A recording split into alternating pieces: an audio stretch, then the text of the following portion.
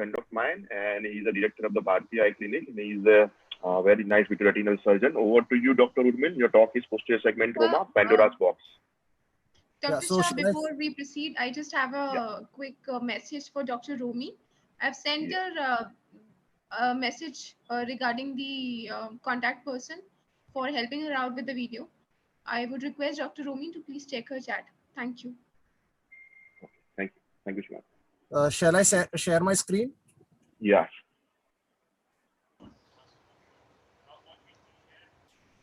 Is my presentation visible? Yes, go ahead. Yes. Okay. So thank you, Dr. Mohak, and the organizing and the scientific committee for this talk. So we'll be talking on posterior segment trauma. Now, as you know, this is a Pandora's box. I cannot cover the entire segment of posterior segment trauma in 4 minutes, but I'll try to do justice with a couple of videos. So we'll go straight away into the cases. So male 32, mechanic, has a trauma 3 days back, presents with a vision of 1 meter in the left eye. Evaluation shows a vitreous hemorrhage with intraocular foreign body. There's a corneal tear and a cataract. So at the start of the surgery, this video is visible, right? Yes. Yeah. So at the start of the surgery, I have taken 2 sutures. There was a near mature cataract, so did a lensectomy and preserved the anterior capsule. After clearing the vitreous hemorrhage, what basically struck me was that the proximity of the foreign body to the fovea. So as you can see, the foreign body is just embedded at the posterior pole.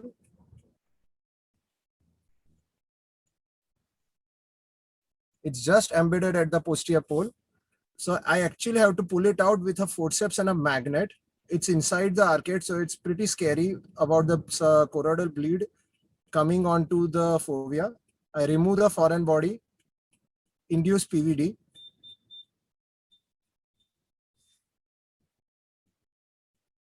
Do induce PVD, clear the vitreous at the impact site.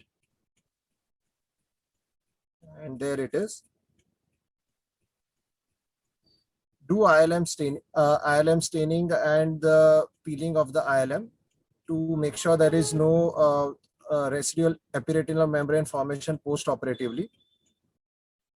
Make sure you peel all around, trim the blood clots, do a good laser around the perforation site and fill in C3F8 gas. So later on, the patient undergoes a secondary IUL and has a vision of 618. So I think we'll take cases together at the end of the talk. So I'll go to the second case. 17-year-old male, history is unknown. He says he got a history 1 week back while working, but unknown. Visual acuity PL/PR, presence with a corneal tear and endophthalmitis. CT scan shows a 8 by 3 millimeter large intraocular foreign body. So we have to suture first the corneal tear. You can see there are membranes and there is hypopyon. So do a good AC wash. Do a lensectomy to clear out the lens exudates, the mature cataract.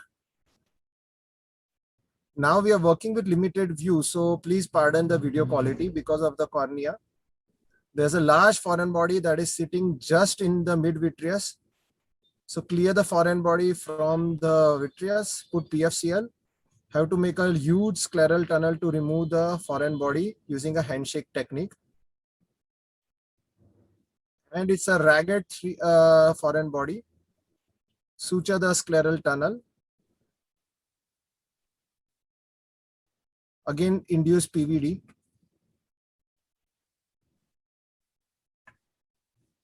Clear off the vitreous hemorrhage, the impact site.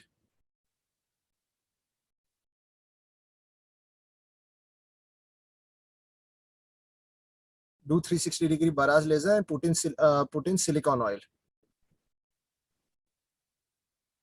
Now this patient is as of now 1.5 months post-op, is aphakic, has a best corrected visual acuity of 2 by 5 to 3 meters, and we are planning a silicone oil removal plus or minus IUL implantation.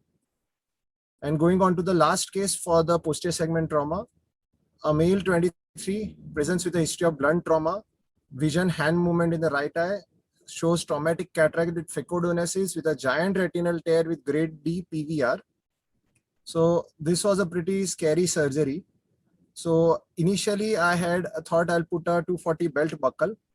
Now, as you can see, the eye is pretty soft. The intraocular pressure was around 4 or 5 because of long-standing trauma. Make scleral tunnels, put in the 240. Again, do a lensectomy because there's a cataract, there's a anticapsular membrane, there's phycodonesis. And there's a lot of PVR, almost a closing funnel RD. So first remove the peripheral vitreous. Then try to induce a plane from where I can induce the PVD. Now, because it's a young male and a blunt trauma, PVD is not induced, which normally should be in a case of giant retinal tear. So now, as you can see, I've induced the PVD, got a surgical plane where I can work. And there comes the rest of the membranes and the posterior vitreous. Clear it out. You can see as soon as the vitreous is cleared, the mobility of the retina increases. So now we have to be careful we don't catch the retina into our cutter.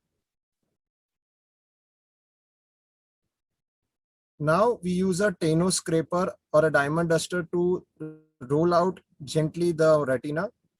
This also helps in identifying the PVR membranes for us to peel.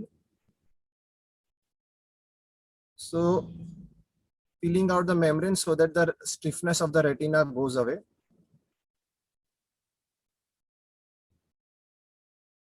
Do a ILM staining with BBG and put in PFCL. Now the concept of ILM peeling is that the peeling of the ILM increases the relaxation of the retina, so that's easier for the retina to flatten out. And of course, it reduces the epiretinal membrane formation in the postoperative period. As you keep on filling the PFCL, the retina needs to be rolled out and ironed out more and more. So again, just massage out the retina, then assess for the relaxing retinectomy. So this part of the retina is, I'll just wrap it up, 30 seconds more. So do a relaxing retinectomy. There it is. Do a base shaving, do endolaser and put in silicone oil. So now the patient is aphakic, has a visual acuity of 3 meters, but unfortunately this was in 2020 before the pandemic. Now I've lost the patient up in the follow-up period. So the take-home message would be that it is a challenging emergency. Multiple stage surgeries are needed and has to be counseled. Visual prognosis needs to be counseled. We have to involve multiple subspecialty surgeons to work, like a corneal surgeon has to suture. We may need a retinal surgeon along with a glaucoma surgeon, or if there's a cataract surgeon that can do a good cataract surgeon. And in cases of road traffic accidents with posterior segment trauma, systemic management cannot be forgotten. Thank you. Really, that was the Pandora's box, Dr. Urmil. Excellent presentation. And being a cataract and refractive surgeon, these surgeries always look challenging and beautiful to us. I'd like to have the views of Dr. Alpesh, who is also himself the leading retina surgeon. Dr. Alpesh, how you have done anything differently or any tips on this? No, surgery done by Urmil is very excellent. The only thing we keep gap between the two surgeries. If cornea is involved, generally we do it after 2 to 3 weeks to heal the cornea and to get the better visibility. He has used PFCL, triamcinolone to stain the vitreous. The only thing for the GRT case is the last case what he has shown. He has used the PFCL very, very late, other than the what I am using. I try to do the debulk the vitreous, then use the triamcinolone to restain the vitreous again. Then after that, I use the dye to see the any PVR membrane or an immature membrane. So it's better to use the dye in case of any GRT or a chronic RD patient, because we can easily visualize with the any dye. And later on, we can stain also the ILM with the brilliant blue. So it's better to remove the ILM, what he has done excellent job. And we will get the much better visual outcome, at least more than 660 in any case, any kind of GRT or a traumatic case. So that is what we can do in based in our hand. All cases don't go so smoothly, what videos has shown. Many cases has a GRT is flapping inside and it can redetach. Many times, even with the silicone oil, which are damaged very high amount, there is a chance of chronic hypotony. whatever we do, in few cases we try to fill with the heavy silicone oil. That is generally we are filling with the 1000, 1300, 1500 silicone oil. In other cases like a trauma or a younger case with the very advanced PVR or a GRT, we try to fill it with the heavy silicone oil. That is a 5000 centi-stage. So this is what it did the belt buckling. That is again a debatable. Many times we don't do belt buckling because we are already doing the retinectomy. So belt buckling may not be useful in those times. But that we will know only after the surgery or during the surgery. That's again a particular surgeon's difference. So that's kudos to Dr. Rubil. Very nicely done. Thank you. Thank you. Yes, Urmil. No, I agree with his comments. Retinal surgery, I think, like any eye surgery, there is a little bit of a surgeon's preference. So I agree with Dr. Alpesh's comments, and definitely we can improve further in our surgeries by taking tips from all our panelists.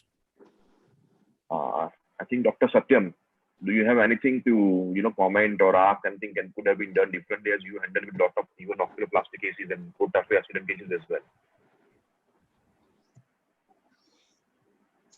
So the surgery is very well done. See, we deal with the anterior segment foreign body removals, and so posterior segment is basically a referral for us as always, and is very well done by Dr. Desai, and Dr. Alpesh has very well commented. Okay, excellent presentation, Urmil. I think you have done a fantastic job. We are really proud of you and Dr. Alpesh, whatever you are doing for the retina, because it's the most challenging. Because many of the times, in terms of the visual quality, patients are not that satisfied. But ultimately, what you are doing is a big job. So we really thank you. You are like a lifesaver for us and anterior surgeons.